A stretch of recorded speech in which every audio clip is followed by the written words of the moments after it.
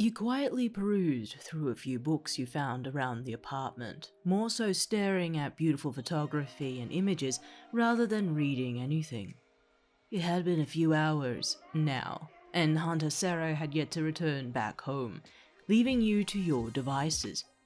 You had already eaten into a few of the leftovers in the fridge, leaving the now dirty cutlery in the kitchen while you swung languidly on the hammock that was propped in the lounge. This was a slice of life, you thought to yourself, relaxing into the sway of the hammock. It felt unimaginable to be in Cellophane's abode, reading his books, eating his meals, swinging in this large hammock. You never imagined he was laid back with the way he swung about the city and how law-abiding he was. A knock at the door caught you off guard, eyeing it from afar. You froze in place, hoping that you didn't make a sound until the knock persisted again. You felt it would be unbelievable that it was Sero at his own front door, although he had mentioned in his note, "Hey, mate, you home?" called an accented voice from the door. "Thought I could ask a favor?" You froze in place on the hammock, hoping that any creak from it would go unnoticed. Your eyes drifted to your clothes, still hanging by the corner of the room. After all, you were still in the large tee that Sero had offered the night before, along with a pair of shorts you found scrounging around his drawers, indulging in their comfort, at least up until this point. You had not heard anything else following that request from the front door, opting to take that first quiet step towards your clothes. You slowly lifted yourself from the hammock, the slight creak of its anchors filling your ears louder than they should. "Come on, soul, he's not home," spoke another voice while your feet slowly crept across the floor, avoiding creaks if any. "He's probably at work. You know how pro hero life is, babe. It's the weekend. It's my day off today. Yeah, you're different. You're a sidekick." "I take offense to that." You slowly pried each piece of your outfit from the hooks on the wall, now air-dried from last night's mishap, before quickly making your way towards the bathroom, lucky enough that you had discovered where it was in Sero's place earlier this morning. Eavesdropping was difficult to avoid, seeing as how loud the voices projected through the door, catching the last few words of their conversation. Sero wasn't kidding when he added that note about his neighbours, you thought. That was until... "Come on, I'm sure he won't mind if I..."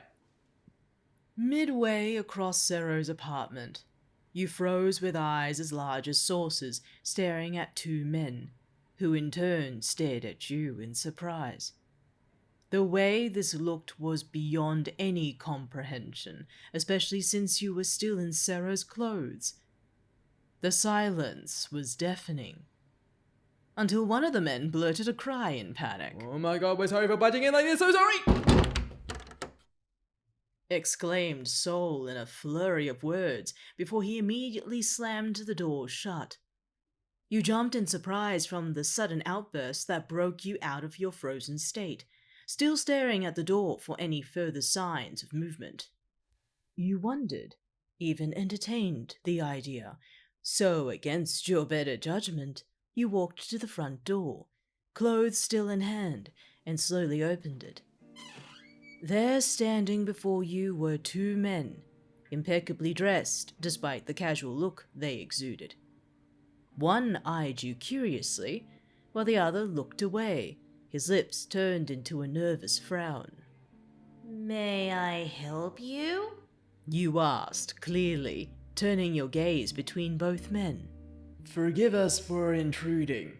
My partner thought Sero was home," explained one of them, gripping onto the shoulders of the other. "Oh, I guess you missed him this morning." You commented with a lopsided smile. "Don't know when he'll be back though." "Oh god, I'm sorry," mumbled the other, his head shrinking slightly in his built shoulders. "No need. He warned me about his neighbors. I just never knew you had the keys to his place. It took a while for that level of trust. Believe me. Explained his partner with a grin. Oh, sorry for the rudeness. Name's Rainmaker. And this is Soul. G'day. Spoke Soul, raising his hand to greet you, yet his eyes peeked from his downturned gaze. You looked between the two, mulling over Sero's note, but also recalling a certain conversation you overheard months ago at that reunion you gate-crashed. You smiled at the thought. Maybe you'd have a little fun while you stayed in his apartment, knowing his neighbors had no inkling about your true identity, at least. Rainmaker? You questioned, eyeing the man with a raised, teasing brow. I doubt that's what your parents called you. Well, I don't know your name, and you'd probably have heard of my hero moniker. Explained Rainmaker with a haughty grin. Actually, I've only heard it once, but if I hadn't, I wouldn't know who you were. Soul chuckled at your response, only receiving a slightly frustrated sigh from Rainmaker. You could judge their personalities like open books for you to peruse, yet your curiosity was still piqued about their significance, especially for your own investigations. So, if you don't mind me asking, what did you need Sero for?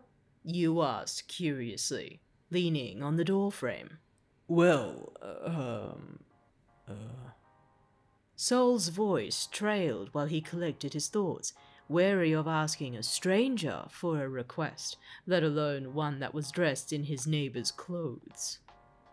Hey, it's okay. You don't need to tell me. You reassured him. Soul wanted to ask Sero about a friend of his. Continued Rainmaker.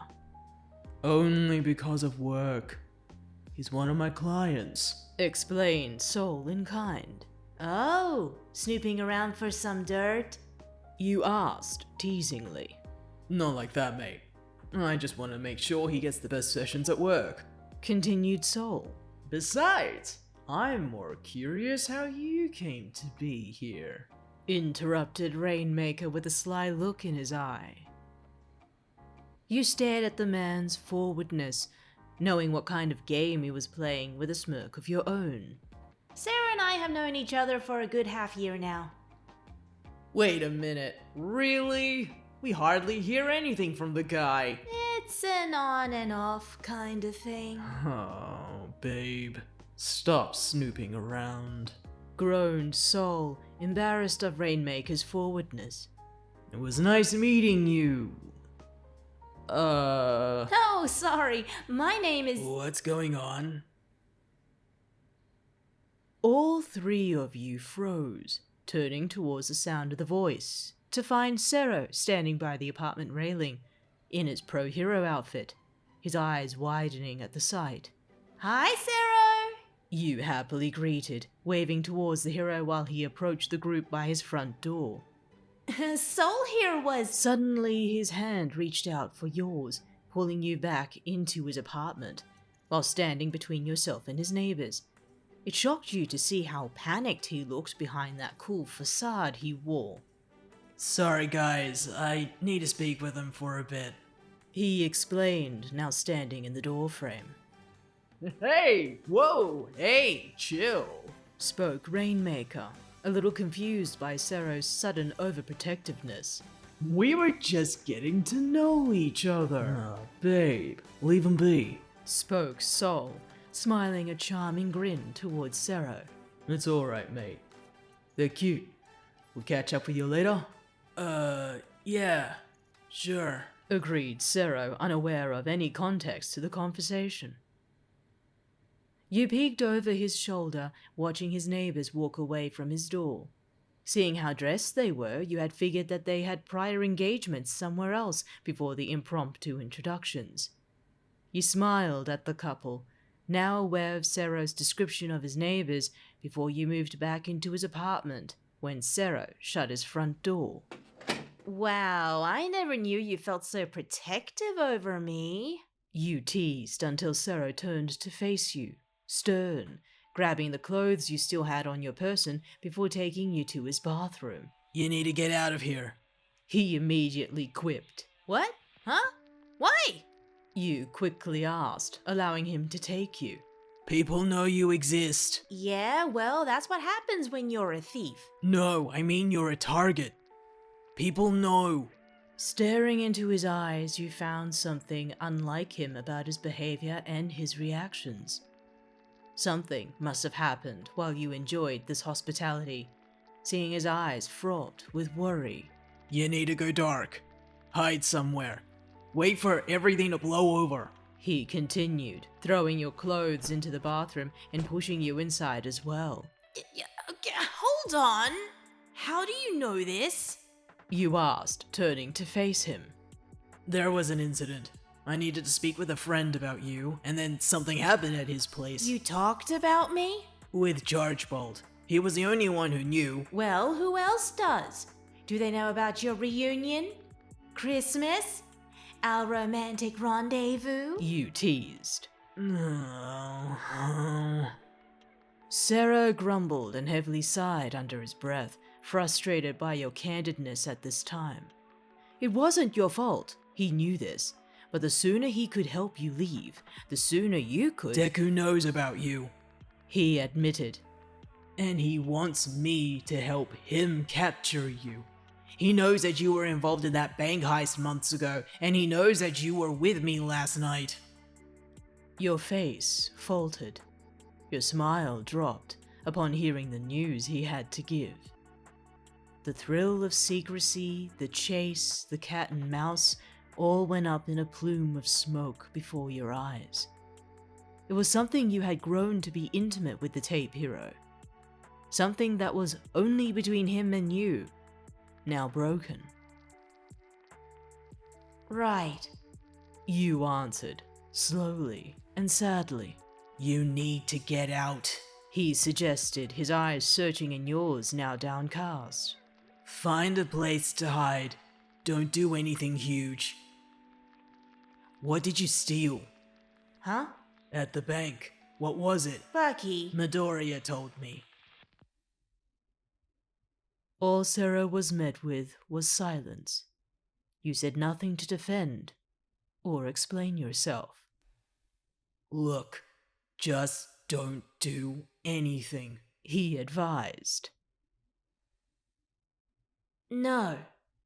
You replied back, taking him by surprise. I'm going to keep doing what I'm doing, and I'm going to keep looking for the doctor, with or without you. You shut the door in Sero's face, turning to your outfit that laid haphazardly in the bathroom. A sadness washed over you, knowing that whatever secrecy you had, whatever advantages you gained, have now been destroyed. You couldn't hear anything on the other side of the door while you began to change into your clothes, but the sadness that overwhelmed you was the betrayal. You wished it wasn't that feeling. It was one you hated the most. Sero, meanwhile, stood beside the bathroom door, contemplating on his options now. He had agreed to help Midoriya only because he had no other choice. What excuse or reason would he have to refuse? He kicked himself mentally on how he had handled the situation, on how he had explained it all, but all he wanted was to give you a head start. He heard a familiar sound from inside the bathroom after hearing the door unlock, turning to open the door slowly to find his shirt and shorts on the floor. Flecks of light floated against the tiles, fractals of them soon disappearing before he found his bathroom window ajar. Not a single goodbye. Not even a note. Sero collected his clothes from the floor before he made his way back into his apartment, hoping that whatever happens from here on out, he could always give you a head start. Little did he know, a familiar couple spotted the trail of light across the sky that beamed from the apartment building.